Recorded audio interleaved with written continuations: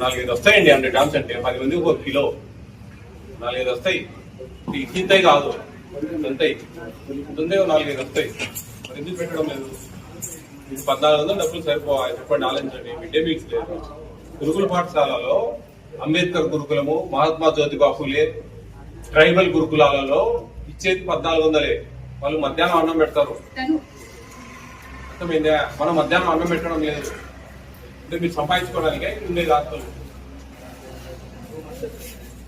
ఒక్క రోజు కానీ లేవా 2 months 3 months అనేది కావాలి. 2 months అయితే కరెక్ట్ పెట్టచ్చు కదా అంటున్నా. కంప్లీట్ నీళ్ళ పాలు ఇస్తా ఉన్నారు టోటల్ గా, నీళ్ళ మంచిగా. నీ నాన్నే అడిగినా నేను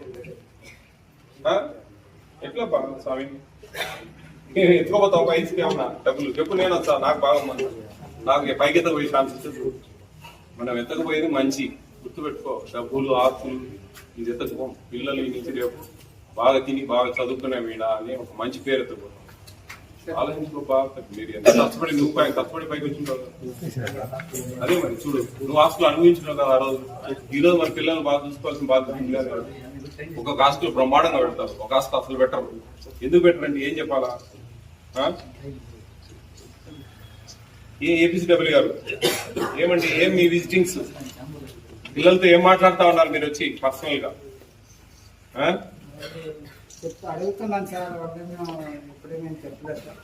ఏమో మాకేం తెలుసండి, మేము ఒకటే అంటాం వచ్చి ఇక్కడ ప్రాబ్లమ్స్ ఉన్నాయంటే ఆయన ఇంత మిగిలించుకొని మీకు ఇంత ఇచ్చి మీ డీడీ గారికి ఇంత ఇచ్చి జరుగుతుంది అంటామయ్యా.